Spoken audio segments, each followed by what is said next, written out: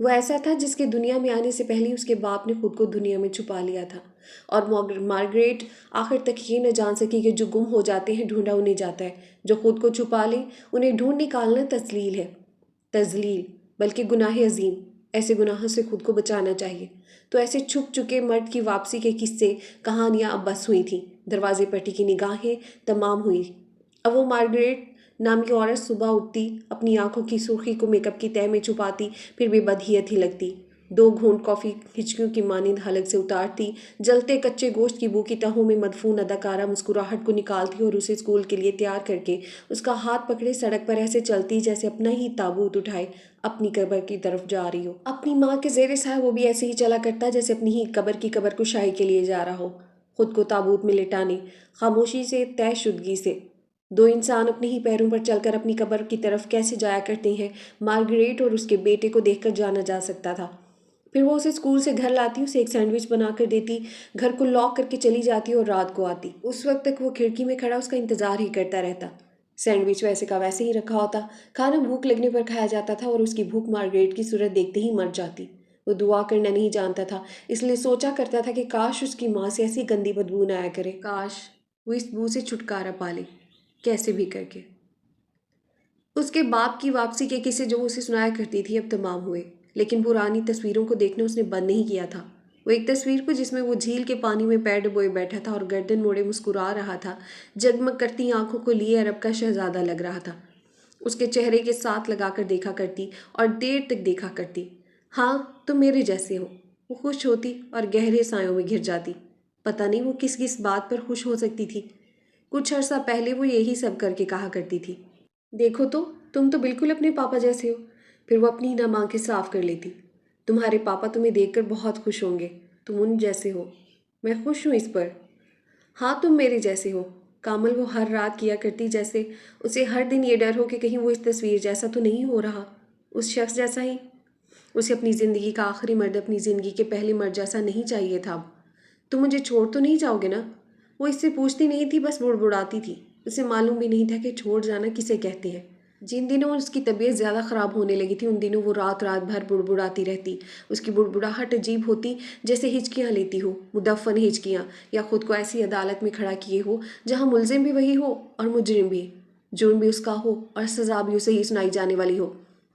اگر میرے بس میں ہو تو میں تمہاری دائیں آنکھ کی کمان کے کنارے پر بنے اس دل کو اپنی مٹھی میں لے لوں، اسے کہیں چھپا دوں، ہاں چلو اپنے دل میں، تاکہ جب تم ہنسو تو کوئی اور اس دل کے رقص پر فدا نہ ہو۔ میں کسی اور کو تم پر فدا ہوتے کیسے دیکھ سکتی ہوں؟ میں مر جاؤں گی ولی۔ کل میں فرش صاف کرتے پھسل گئی، میری ناک سے خون بہنے لگا، میں رونے لگی۔ تم ہوتے تو اپنی آستین سے میرا خون صاف کرتے اور مجھے باہوں میں بھر کر کہتے، مارگریٹ دی سپر وومن۔ سپر وومن بھی روتی ہے کبھی؟ اور تمہاری نیلی آنکھوں میں ایک ہی چیز بھلی نہیں لگتی، آنسو۔ تم وہ کام کیوں کرتی ہو مارگریٹ جو مجھے اچھے نہیں لگتے؟ تم کیوں کرتی ہو؟ اگر تمہیں کسی وجہ سے رونا ہی ہوا کرے تو تم خود کو کہیں چھپا لیا کرو، پھر اپنی روتی صورت کو میک اپ سے چمکا لیا کرو۔ مجھے معلوم نہیں ہونا چاہیے کہ تم روتی رہی ہو۔ میں روتی رہی ہوں۔ مارگریٹ صبح تک یہی ایک فکرہ بڑبڑاتی رہتی۔ اس نے تھوک کر چاٹتی گئی محبت کی پوشاک میں خود سے ہی پیوند کاری کر لی تھی۔ وہ ایک ایسی جزامی بڑھیا بن گئی تھی جس کے زخم ہی اس کی دوا تھے۔ اسے کسی وید کے پاس جانے کی حاجت نہ تھی۔ کوئی ایسی محبت کو توق زدہ زنجیر پا کرے جو گدھ بنی بوٹی بوٹی نوچتی ہے، ایسے مردار خور کو کوئی رحم والا مردار کرے، کوئی رحم کرے۔ اور جب وہ بہت زیادہ بڑبڑانے لگتی اس کے کانوں میں مزید سکت نہ رہتی سننے کی۔ وہ اپنے کانپتے ہاتھ سے ہولے سے مارگریٹ کے جسم کو چھوتا اور وہ جھرجھری لے کر بڑبڑانا بند کر دیتی اور ہاتھ بڑھا کر اسے اپنے وجود میں سمیٹ لیتی۔ نہیں اپنے بیٹے کو نہیں، عرب کے گم ہو چکے اپنے شہزادے کو، جس کی محبت کو مار کر بھی وہ نہیں مار پا رہی تھی اور جو خود کو زندگی کے کنارے پر گھسیٹ لائی تھی اور موت کی طرف کسی شکوے کے بغیر ہاتھ بڑھا رہی تھی۔ اور کون کہتا ہے کہ موت سپاہ شب خون ہے؟ موت نے قطعاً مارگریٹ کی زندگی پر شب خون مارنے کی کوشش نہیں کی تھی، یہ کام تو خود مارگریٹ کر رہی تھی۔ وہ خود سے شتابہ نتھی کر چکی تھی، ذرا سی تپش ملتے ہی وہ جل کر بھسم کیسے نہ ہو جاتی۔ اس حالت میں اسے کون بچا سکتا تھا؟ کوئی معجزہ ہی، اور وہ کوئی نبی یا پیغمبر تو نہ تھی، وہ تو صدم گزیدہ تھی، اور معجزے ایسے لوگوں پر اتنے مہربان نہیں ہوتے۔ ایک رات وہ بڑبڑاتے ہی مر گئی، جس رات اس نے اپنی زندگی کے آخری مرد کا ہاتھ مضبوطی سے اپنے ہاتھوں میں تھام رکھا تھا۔ وہ اس کے ہاتھ کو بار بار اپنے ہونٹوں، اپنے گالوں، اپنی آنکھوں سے لگاتی۔ اس کی زندگی کے اس آخری مرد کی آنکھوں سے آنسو ماتمی جلوس کی طرح آہو بکا کرتے رواں تھے۔ انسان بڑا حساس واقع ہے۔ موت کی آہٹ پر اس کے کان کھڑے ہو جاتے ہیں۔ 9 مہینے زندگی نمو پاتی ہے تو ایسا ویلا مچاتی آتی ہے، موت تو سالوں سالوں ہی نمو پاتی ہے، اپنی آمد پر کس اہتمام کا ویلا نہیں مچاتی ہوگی۔ وہ رو رہا تھا، واویلے پر اس کے کان کھڑے ہو گئے تھے۔ اپنی طرف سے مارگریٹ اپنے ماں باپ، اپنے گھر، اپنے بچپنے، اپنے اسکول کی باتیں کر رہی تھی، اسے سنا رہی تھی، لیکن دراصل اسے ہر دوسری بات کے بعد اس پہلے شخص کے قصے سنانے لگتی تھی جو اس کی پائنتی موجود تھا، نہ سرہانے جو اس کے آخری وقت میں آنے والا تھا، نہ ہی جنازے میں۔ مارگریٹ کو کوئی خواہش نہ تھی اس شخص کو خدا کے حضور مورد الزام ٹھہرانے کی، وہ وہاں بھی یہی کرنے والی تھی، وہ خدا سے اسے مانگنے والی تھی، وہ رحم دل خاتون تھی، وہ جو اس کے لیے خدا سے رحم مانگنے والی تھی۔ قہوہ پینے کے بعد وہ ہمیشہ کپ کو اوندا کر دیا کرتا تھا، یہ اس کی عادت تھی، مجھے اس کی عادت بہت پسند تھی۔ ہاں واقعی مارگریٹ کو اس کی یہ عادت پسند تھی، اس کی کافی کا مگ خالی ہوتے ہی اوندا ہو جاتا تھا۔ بڑے ہوتے ہوئے اس نے کئی اوندھے کپ پاؤں کی ٹھوکر سے توڑ ڈالے۔ اوندھے کپ دیکھ کر وہ پاگل سا ہو جاتا، اس کا بس نہ چلتا کہ کیسے وہ اس دنیا کو اس بھٹی میں جلا ڈالے جو اس کی ماں کے اندر بھڑکتی رہی تھی، اور وہ ساری دنیا کو اوندھا کر دے جس میں بھٹک بھٹک کر وہ کسی کو ڈھونڈتی رہی تھی۔ کاش تمہاری آنکھ کی کمان کے کنارے بھی تل ہوتا، تمہاری دنیا میں آتے ہی میں نے سب سے پہلے اس تل کو ڈھونڈا۔ میں نے 9 مہینے ایک تل کے لیے دعائیں کی تھیں، اور آخری بات جو کر کے وہ خاموش ہو گئی تھی وہ بس اتنی سی تھی، بس اب تم میرے ہاتھ کو اپنے ہونٹوں سے لگا لو۔ اس نے اس ہاتھ کو ہونٹوں سے لگا لیا، لگائے رکھا، لیکن وہ اس کا بیٹا تھا، اس کا محبوب نہیں۔ اور پھر 26 سال کی جوان لیکن بوڑھی ہو چکی نیلی آنکھوں اور کبھی کی گلابی رنگت والی مارگریٹ کو اس نے تابوت میں پھر سے کسی کے انتظار میں ابدی نیند سوتے دیکھا، اور تابوت کے کنارے وہ دیوانوں کی طرح رویا۔ آلیان مارگریٹ، اس نے اسی وقت فیصلہ کر لیا تھا اسے کس سے سب سے زیادہ نفرت کرنی ہے، اپنے باپ سے۔ وہ ادارے میں پرورش پانے لگا۔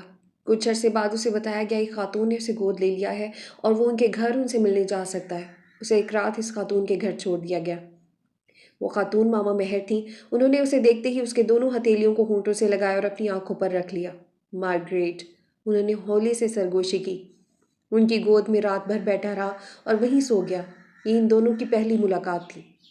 وہ اپنی اب تک کی زندگی میں دوسری بار محبت کر رہا تھا، اور پھر سے ایک عورت سے، ایک سے پیدائشی ہوئی تھی، دوسری سے موت ذاتی، کسی آسمانی صحیفے کی طرح جس کے اترتے ہی بس آنکھوں سے لگا لیا جاتا، سینے میں اتار لیا جاتا، مقدس محبت جس کی محبت کرنے پر دل مائل رہتا ہے۔ ماما مہر سے جدائی اسے شوق گزرتی، وہ ان کے ساتھ رہنا چاہتا تھا، ان کے لیے رویا کرتا تھا۔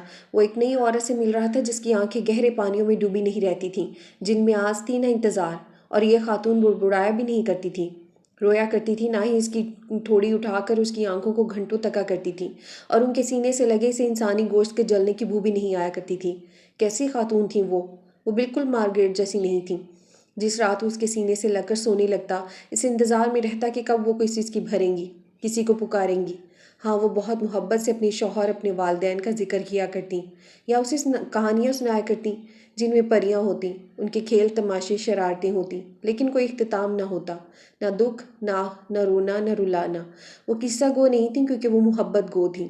وہ ایک اچھی کہانی نہیں بن سکتی تھی کیونکہ وہ انسان بننے میں مصروف رہتی۔ وہ کیمیا گر تھیں، انہیں تو تانبے کو سونا بنانا تھا، سونا۔ وہ اس سے کہانی سننے کی فرمائش کرتی، اسے بہت وقت لگا کہانی بننے میں، ایک لمبا عرصہ۔ وہ ایک ہی جملہ دہراتا رہا، ایک پری تھی، پھر وہ خاموش ہو جاتا، دونوں خاموش ہو جاتے۔ کہانی کئی سالوں تک ایسے ہی شروع اور اختتام پذیر ہوتی رہی۔ ماما مہر نے ہمت نہیں ہاری، انہیں معلوم تھا، انہیں انتظار تھا، کہانی آگے ضرور بڑھے گی، اور ایسا ہوا، کیونکہ وہ محبت ہی کیا جو اختتام پر صابر ہو جائے۔ کہانی ایک دن آگے بڑھ گئی، کئی سال لگے، لیکن ایسا ہو گیا۔ ایک پری تھی، وہ جنگل میں پھول لینے نکلی، اور 2 دموں والے ایک بندر کو دیکھ کر ڈر گئی اور جلدی سے ایک درخت کے پیچھے چھپ گئی۔ درخت نے اس سے کہا وہ پانی میں چھلانگ لگا دے ورنہ بندر اس کے سارے بال کھا جائے گا۔ بندر اس کے سنہری بال نہ کھا جائے، اس ڈر سے اس نے پانی میں چھلانگ لگا دی۔ لیکن یہ کیا ماما، مچھلیوں نے اس کے سنہری بال کھا لیے۔ وہ باہر نکلی تو سب درخت، سارے پھول، سارے بندر، سارے ہی بندر ہا ہا ہا کرنے لگے، ایسے منہ کھول کر ہا ہا ہا ہی کرتے رہے۔ ماما مہر کی طرح کہانی کہیں سے بھی شروع ہو، اسے ہا ہا ہا پر ختم ہونا چاہیے، ہر صورت۔ بیٹے آلیان نے یہ گر آخرکار سیکھ ہی لیا تھا۔ اس رات ماں بیٹا نشست گاہ میں دیر تک لوٹ پوٹ ہوتے رہے، تو آلیان میں زندگی آخرکار نمو پانے لگی تھی، اور یہ محبت کا ہی کمال ہے، وہ مردے کو زندہ کر ڈالتی ہے، زوال کو کمال، کمال کو با کمال۔ ماما مہر میں اس کی جان آ چکی تھی، اور اس کے لیے بہت تکلیف دہ ہوتا ان سے دور، ان کے بغیر رہنا۔ انہی دنوں اس نے جانا کہ جہاں محبت ہوتی ہے وہاں تکلیف ضرور ہوتی ہے، جو ہمیں چاہیے ہوتا ہے وہی ہم سے دور ہونا ہوتا ہے۔ جسے مٹھی میں بند کر لینے کو جی چاہے اس کے لیے دل مٹھی میں ضرور آ جاتا ہے۔ 15 سال کا ہو جانے کے بعد اسے وہ چیزیں دی گئیں جو اس کی ماں کی تھیں، جسے آنٹی سوسن نے ادارے کے حوالے کیا تھا۔ اس نے وہ تصویر جسے وہ اس کے گال کے ساتھ لگا کر گھنٹوں دیکھا کرتی تھیں، سب سے پہلے پھاڑ کر پھینک دی۔ وہ خط جو غلط پتوں کی وجہ سے واپس آ چکے تھے انہیں بھی وہ پھاڑ ڈالتا، اگر وہ مارگریٹ کے ہاتھوں سے نہ لکھے گئے ہوتے۔ کچھ وہ خطوط بھی تھے جو مارگریٹ کی موت کے بعد واپس آئے تھے، یعنی اپنی موت سے پہلے بھی وہ اسے خط لکھتی رہی تھی۔ اس نے کبھی ان خطوط کو پڑھنے کی کوشش نہیں کی تھی سوائے ایک بار کے۔ آج سے 4 سال پہلے جب تم اپنے گھر والوں سے ملنے کا کہہ کر مانچسٹر سے جا رہے تھے تو مجھے لگتا تھا میں تمہیں مانچسٹر میں آخری بار دیکھ رہی ہوں۔ یہ ایسا وہم تھا کہ کچن میں کام کرتے ہوئے میں اپنا ہاتھ جلا بیٹھی، ہسپتال میں تمہاری دی انگوٹھی بھول آئی، سارے ہسپتال میں اس انگوٹھی کو ڈھونڈتی رہی۔ کوڑے دان میں اگلے دن اس رنگ کے ملنے نے مجھے پاگل سا کر دیا تھا۔ لکھے جانے والے سبھی خط واپس آتے رہے۔ جس کی آنکھ کی کمان کے کنارے تل تھا اسے ڈھونڈنے مارگریٹ گاہے بگاہے نکلتی رہی، یہاں تک کہ زندگی کی آخری سانسیں لینے لگی۔ اور پھر موت نے اسے اپنی سانسیں عطا کر دیں۔ اپنے سارے وہموں کے ساتھ وہ پوشیدہ ہو گئی۔ اس شخص کا جائز بیٹا تھا یا ناجائز، اسے اس سے کوئی سروکار نہیں تھا۔ اسکول میں اس کے نام کے آگے ولید البشر لگتا تھا، جو بڑا ہونے پر اس نے بدل لیا۔ وہ کسی ولید البشر کو نہیں جانتا تھا۔ اگر اس دنیا میں کوئی ولید البشر تھا تو وہ اس کا باپ نہیں تھا، ایک بھیڑیا تھا جس نے اس کی ماں کو چیر پھاڑ ڈالا اور اسے لعنت قرار دے دیا۔ اس عورت کو اس نے لعنت قرار دیا جس نے اس کے بعد دوستی کے نام پر بھی کسی مرد سے بات نہ کی۔ اگر وہ ایک لعنتی ہوتی تو رنگین کپڑے پہنے خود کو سجائے بنائے وہ اب تک بڑی شان سے زندہ ہوتی۔ اس کے لحاف اس کے منہ سے نکلنے والے خون کی چینٹوں سے سرخ نہ ہوئے ہوتے، اس کی راتیں سے سکر نہ گزرتی، اس کے دن آنکھوں کی نمی چھپاتے نہ گزرتے، اسے زندگی گزارنے کے لیے اقوال یاد نہ کرنے پڑتے اور ہر روز اسے خود کو بہادر بنا کر زندگی کے سامنے نہ کھڑا کرنا پڑتا۔ اسے لمبے لمبے خط نہ لکھتی، پاگل ہوئی سے ڈھونڈتی نہ پھرتی۔ بے وفا اور لعنتی عورتیں اتنے وبال پال لیتی ہیں بھلا؟ کیسی عورتیں اتنی جلدی مر جاتی ہیں؟ اور کیا اتنی ہی آسانی سے وہ موت کو خوش آمدید کہتی ہیں؟ پہلے وہ سوچا کرتا تھا کہ وہ اس شخص کو ڈھونڈ کر مار ڈالے گا، لیکن ماما مہر کہا کرتی تھی کہ اپنے دل و دماغ کو اس معاملے پر خاموش رکھو، سارے وبال یہیں سے پھوٹتے ہیں۔ ولید البشر کا خیال آتے ہی وہ اپنے دل و دماغ کو خاموش کروا دیتا۔ شروع میں مشکل لگا لیکن اس نے کر لیا۔ ماما مہر ٹھیک کہتی تھی، اسے وبال پالنے کی ضرورت نہیں تھی۔ اس کی زندگی میں مارگریٹ اور مہر موجود تھیں اور اسے انہی کے سہارے زندگی مکمل کرنی تھی۔ وہ خاصر وقت ہے، برفیلی ٹھنڈ میں مانچسٹر کی ایک بند گلی کے کنارے وہ خود کو دنیا سے چھپا کر کھڑا ہے۔ مارگریٹ اس کی ماں کا نام ہوگا تو باپ کا کیا ہوگا؟ معمولی وجہ نہیں ہے، یہ نہیں ہے معمولی۔ اس کے باپ کا، خاندان کا کوئی اتا پتہ نہیں ہے۔ وہ کون ہے وہ خود بھی نہیں جانتا ہوگا۔ یورپ کے آزاد معاشرے کی دین، غیر مذہبی غیر اخلاقی اقدام کی پیداوار۔ میرے خاندان کے لیے تماچے جیسی باتیں ہوں گی یہ سب۔ آلیان نے جھرجھری لی۔ اسے بہت ٹھنڈ لگ رہی تھی۔ جس دیوار کے سہارے وہ کھڑا تھا وہ گیلی تھی اور اس میں سے بو آتی تھی۔ نہیں، وہ غلط تھا، وہ بو تو اس کے اندر سے آ رہی تھی، انسانی گوشت کے جلنے کی۔ ہاں، اسے ٹھیک ٹھیک معلوم ہو گیا تھا کہ اس کی نیلی دھسی ہوئی آنکھوں والی ماں نے کیا محسوس کیا تھا جب اس شخص نے جس سے وہ دیوانوں کی طرح محبت کرتی تھی اسے لعنت قرار دیا تھا۔ اچھا، تو کیا اس کا سانس بھی ایسے حلق میں اٹکا ہوگا کہ سانسوں کی نجات کے لیے موت کو بلاوا دینا پڑا ہوگا؟ زمین دھسان ہے، آکاش اندھیار کا سواک ہے، دھڑ دھڑ دھڑ لاکھوں کروڑوں تاریک غبار سے اٹے پٹ واہ ہوئے۔ زندگی اندھیار کی چاکر ہوئی اور لو روشنیاں گل ہوئیں، بس اب گل ہوئیں۔ اس شخص کے دل کو تسلی نہیں ہوئی تھی، اس نے مارگریٹ کے بیٹے سے بھی بدلہ لیا تھا، اسے بھی ذلیل و رسوا کر دیا تھا، اسی کے رازات کو لے کر اس پر سوال اٹھے تھے۔ اس شخص کی شناخت سے اس کی شناخت ہونی تھی جس شخص کے نام کو وہ اپنی زبان سے ادا نہیں کرتا تھا۔ اس شخص کے نام کو اپنے نام کے ساتھ لگانے پر اسے تسلیم کیا جائے گا۔ اگر ایسا ہی تھا تو اسے کچھ نہیں چاہیے تھا، اسے کوئی پہچان، کوئی محبت نہیں چاہیے تھی، اسے امرہا واجد اب نہیں چاہیے، اس کی ماں پر غیر اخلاقی اقدام کی انگلی اٹھانے والی امرہا واجد۔ بددعاؤں سے آسیبوں نے اسے اپنی لپیٹ میں لیا۔ آخر اس نے اس لڑکی کو کیوں پسند کیا؟ اس کی بدقسمتی اسے اس اسٹوڈنٹ پارٹی میں لے گئی، ورنہ اس کا کوئی ارادہ نہیں تھا اس فضول سے مذاق میں شرکت کرنے کا جو فریشرز کے ساتھ کیے جاتے تھے۔ خاص کر امرہا کے ساتھ کیے جانے والے مذاق میں تو اسے بالکل دلچسپی نہیں تھی، کیونکہ جب وہ لڑکی اسے ملی تھی اس کا مزاج ہی بگاڑا تھا اس نے۔ وہ ایک طرف اندھیرے میں کاک ٹیل لیے بیٹھا، وہ سارا تماشا دیکھنے لگا، اور جب وہ رو رو کر اردو میں چلانے لگی تو اسے برا لگا، اور جب گھٹنوں میں سر دے کر وہ باقاعدہ رونے لگی تو مارگریٹ کچن میں اس کے لیے کچھ پکانے کی کوشش کر رہی تھی۔ وہ کھڑکی سے باہر دیکھ رہا تھا اور کھڑکی سے اندر کچن کی طرف سے آتی آوازیں سن رہا تھا۔ جب ان آوازوں کو سنتے سنتے وہ خود رونے جیسا ہو گیا تو کچن کی طرف آیا۔ ماما، اس نے روتی ہوئی مارگریٹ کو بلانے کی جرأت کی۔ کچھ دیر بعد وہ چھری پھینک کر اس کی طرف پلٹی، اس کی انگلی سے خون نکل رہا تھا۔ میرا ہاتھ کٹ گیا ہے، مجھے درد ہو رہا ہے۔ اگر وہ براڈ وے میں کام کرتی تو سارے براڈ وے کو لے ڈوبتی. اتنے سے بچے کو الو بنانے میں ناکام تھی. انگلی کاٹ کر رونے کی وجہ بتا رہی تھی. اس نے انگلی سے خون کو بہنے دیا اور روتی رہی. مجھے بہت درد ہو رہا ہے، بہت درد، وہ کہہ رہی تھی، اور وہ خاموش کھڑا انگلی کو نہیں اس آنکھوں کو دیکھ رہا تھا جس سے خون ابل رہا تھا، اور وہ خون فرش پر نہیں اس کے دل پر گر رہا تھا. اب مرحا واجد سے تھکنے لگی، رونے لگی تو آنسو اس کے دل پر گرنے لگے. اسے الہام ہوا کہ مارگریٹ کی طرح لحاف میں منہ چھپا کر وہ بھی بہت روتی رہی ہے. مارگریٹ کو پھر سے کسی نے رلا دیا. وہ رات اس نے جاگ کر گزاری. مشرقی افق پر 2 نین دھرے تھے، وہ ان میں ڈوب ڈوب جاتا تھا. بری آنکھوں میں جو دیپ بجھے پڑے تھے وہ جل اٹھے تھے. وہ تان سین کی شاگرد رہی ہوگی، اس نے اس کے اندر چراغاں کر دیا تھا.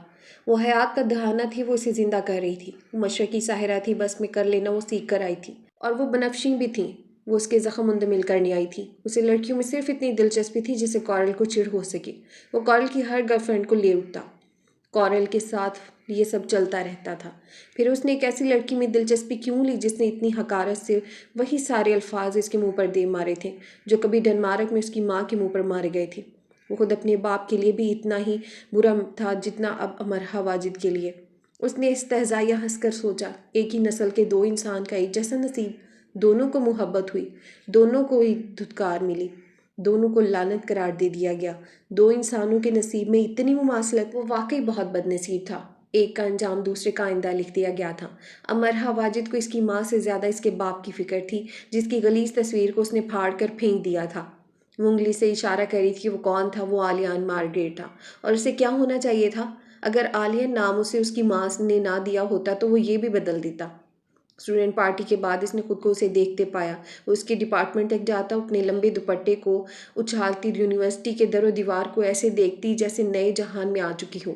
وہ اپنے آپ میں مسکراتی رہتی، خاص کر تب جب اس کے قریب سے کوئی عجیب و غریب لباس یا ہیئر سٹائل والا اسٹوڈنٹ گزرتا. اسٹوڈنٹ پارٹی کے بعد اس نے دیکھا کہ وہ ہنسی کو دبائے، زبردستی کا منہ پھلائے وہ سب کی معذرت سن رہی ہے، جیسے ان پر اس نے ہٹ جانے کا دعویٰ کر دینا تھا. یہ اس کی انسان دوستی کی مثال ہے کہ وہ ایسا نہیں کر رہی. ڈیرک جیسے ہاتھ باندھے سزا کے انتظار میں کھڑا تھا.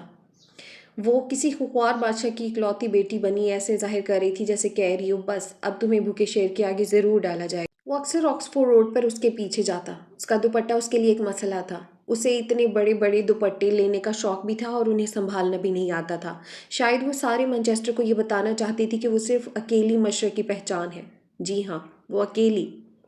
ایک دن جب آکسفورڈ روڈ پر اس کے پیچھے پیچھے آیا تو اس کا دوپٹہ اس کے پیچھے والے کے پاؤں میں الجھ گیا. پیچھے والا معذرت کر کے آگے بڑھ گیا اور وہ دوپٹے کے کنارے اور اس کنارے کو پیر تلے دبانے والے کو گھورتی رہی. کچھ آگے جا کر اتفاقاً وہ بیچارہ الجھ کر گر گیا. وہ جو پیچھے کھڑی اسے گھور رہی تھی منہ پر ہاتھ رکھ کر ہنسی. اس کا انداز کچھ ایسا تھا جیسے اس لڑکے کو کہہ رہی ہو اب آیا مزہ، اگلی بار دھیان سے چلنا یوں گدھے. اور اسی دوپٹے کو لے کر اگلا منظر کچھ یوں تھا کہ ایک ہندوستانی لڑکے نے زمین بوس ہوتے اس کے دوپٹے کو پیچھے سے اٹھا کر اسے دیا اور ساتھ کوئی استہزائیہ یا طنزیہ جملہ کہا اور ہنسنے لگا. پھر ایک دم سے اس کی ہنسی تمہی. مرحا واجد ہاتھ لہرا لہرا کے اسے کچھ کہہ رہی تھی.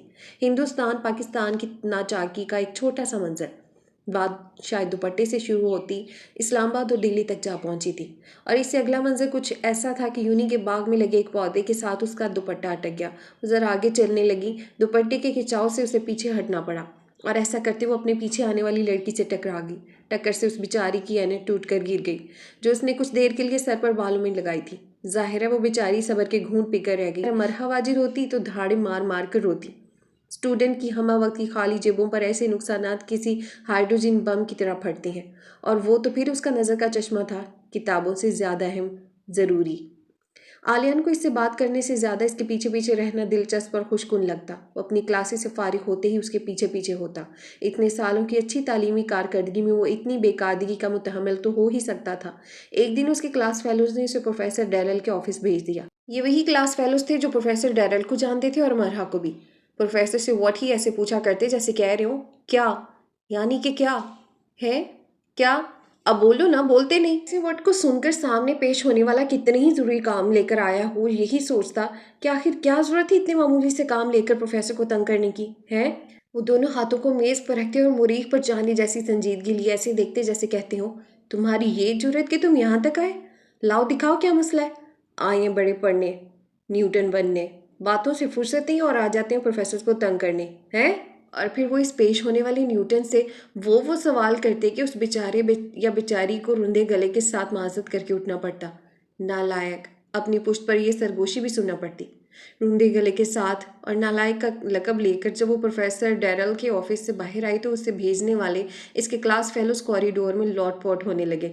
انہوں نے نہ جانے کون کون سے جھوٹ سچ گھڑ کر اسے بھیجا ہوگا، اور بات اسے آفس سے باہر آنے کے بعد معلوم ہو گئی تھی۔ وہ خاموش کھڑی ان کے کہے سنتی رہی، پھر خود بھی ہنسنے لگی۔ اس بار اس نے ہاتھ میں پکڑی فائل انہیں دے مارنے کی حرکت نہیں کی، نہ ہی دھاڑے مار کر رونے کی۔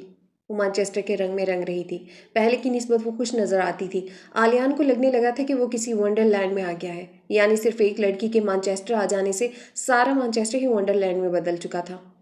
وہ اب تک اپنی ماں کو یاد کر کے سوتا رہا تھا، اور کئی کروٹیں بدلنے کے بعد اسے نیند آتی تھی۔ اب وہ اسے سوچتا، مسکراتا اور سو بھی جاتا، اور کبھی سوچتے سوچتے لحاف کو جھٹک کر اٹھ کر بیٹھ جاتا اور کہہ کے لگاتا، اچھا تو وہ یہی پری تھی جس کی کہانی کہیں سے بھی شروع ہو اختتام ہا ہا ہا پر ہوتا۔ وہ اپنی کلاس فیلو سے پوچھنے لگا، روٹیٹولی دیکھی ہے؟ وہی چوہے والی؟ ہاں۔ کون سی؟ جس میں چوہا کھانا پکاتا ہے۔ اچھا، سو سویٹ، وقت ملتے ہی ضرور دیکھوں گی۔ ہاں، کتنا کیوٹ لگتا ہے نا وہ کھانا پکاتے۔ لو اٹ۔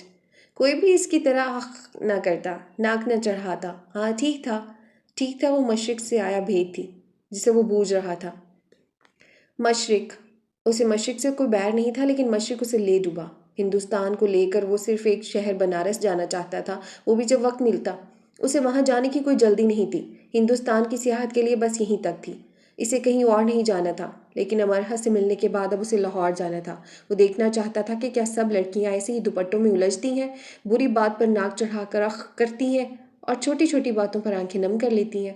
تو کیا لاہور میں سب امرہ جیسی ہیں جو ایسے ظاہر کرتی ہیں جیسے ہٹلر کو آخری سیلیوٹ کرنے والوں میں وہ بھی شامل رہی تھیں، اور جو جٹکی بجا کر کہتی ہیں ٹھیک ہے ڈن K2 اور کچھ، اور K2 سے ذرا اوپر سڑک کی چڑھائی چڑھتے ہی وہ اپنی آنکھوں پر ہاتھ رکھ کر کہتی جاتی ہیں، خدا کے لیے سامنے دیکھ کر گاڑی چلاؤ، اللہ خیر، اف کس راستے سے لے کر جا رہے ہیں ہمیں؟